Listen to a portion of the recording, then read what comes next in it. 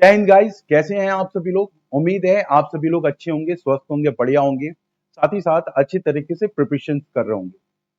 Preparation कर रहे होंगे। सारे एग्जाम तो ओवर हो चुके हैं सर। प्रिपरेशन किस बात की?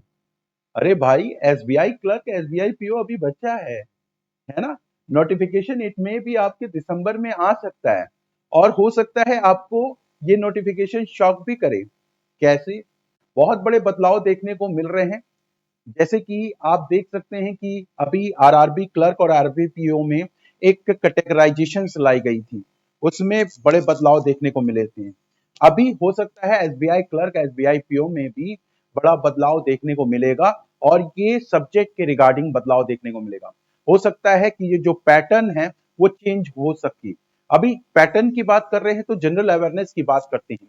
जनरल अवेयरनेस में अगर आप पिछले आरआरबी क्लर्क, आरआरबी पीओ और आईबीपीएस क्लर्क और आईबीपीएस पीओ अगर दिए होंगे तो उसमें देखे होंगे कि बड़े अनसर्टेनिटी टाइप के क्वेश्चंस आए थे। जैसे कि आरआरबी क्लर्क और आरआरबी पीओ में पूरे लगभग लगभग एक साल तक के करंट अफेयर्स पूछे गए थे, जबकि आईबीपीएस क्लर्क और आईबीपीएस पीओ में लगभग 4-5 महीने तक के क्वेश्चंस को कवर किया गया था।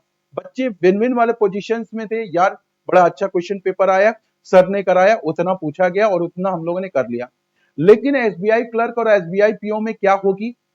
जैसा अभी आप लोगों को थोड़ा सा हिंट मिला होगा इन सभी पेपरों में कि जनरल अवेयरनेस के पार्ट कम, स्टैटिक जीके के पार्ट और जनरल नॉलेज के पार्ट ज्यादा पूछे गए। जैसे कभी आप लोगों ने उम्मीद नहीं किया होगा कि कंसोलिडेटेड फंड के आर्टिकल्स के बारे में पूछा जा सकता है। बहुत सारे बच्चे शॉक थे कि ये आर्टिकल कैसे आ गया। आर्टिकल के बारे में पूछ लिया गया, यानी कि बजट से रिलेटेड क्वेश्चन आए, कंसोलिडेटेड फंड और कंसोलिडेटेड फंड का आर्टिकल पूछ लिया गया। ऐसे ही कुछ और क्वेश्चंस थे जिसमें कि बच्चे शॉक थे कि ये तो जनरल नॉलेज के क्वेश्चंस लग रहे हैं। इसी तरीके के शॉक के लिए तैयार रहिए एसबीआई क्लर्क और एसबीआई पीओ में। और सिर्फ करंट अफेयर्स पढ़कर अगर जाएंगे तो हो सकता है आप अच्छा कर जाएं, हो सकता है नहीं भी अच्छा कर जाएं। लेकिन ये याद रखिए कि पैटर्न चेंज होने वाला है और इसमें बहुत बड़ा बदलाव देखने को मिलेगा। इसीलिए बेस्ट विशेष रहेंगी। अच्छे तरीके से तैयारी करना शुरू कर दीजिए। हम लोगों का भी यहाँ पे बैंकिंग और फाइनेंशियल अवेयरनेस के लिए क्लासेस को शुरू कर रहे हैं और ये क्लासेस आपकी अपकमिंग मंडे से शुरू हो जाएंगी।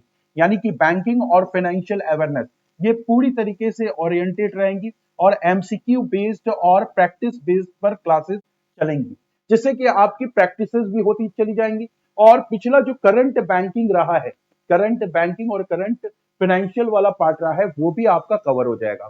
तो यहाँ पे एक चीज बताने वाली कोशिश की जा रही है कि भाई ठहरो जरा, चीजों को थमो और आगे बढ़ो, क्योंकि अभी चीजें शांत नहीं हुई है। जब तक रिजल्ट ना आ जाए तब तक शांत बैठने की जरूरत नहीं है। जागिए, रेडी रहिए और एसबीआई क्लर्क और एसबीआई पीओ के लिए रेडी हो जाइए।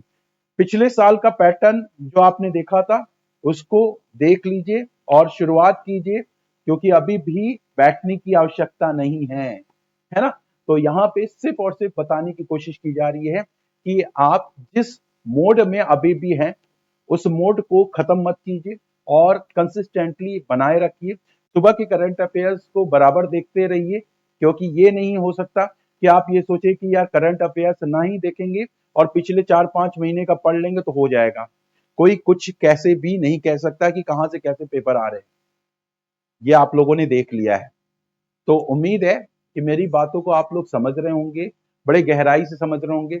जो अभी तक पैटर्न आप फॉलो कर रहे थे, थोड़ा सा अपनी स्ट्रेटजीज को चेंज कीजिए और आगे बढ़ने की प्रयास कीजिए। इस एसबीआई क्लर्क की नोटिफिकेशन दिसंबर के लास्ट में आ सकती है। ठीक है, मैं ये नहीं कह रहा हूं कि आ ही जाएगी, लेकिन आ सकती है। ऐसे गोपनीय सूत्रों से पता चल रहा है। ठीक है, कई बार गोपनीय सूत्र भी लग जाते हैं हाथ में। तो एसबीआई क्लर्क और एसबीआई पीओ की वैकेंसीज आने वाली हैं, इसके लिए रेडी रहिए और अपने लेवल को थोड़ा सा अप कीजिए। जय हिंद, जय भारत।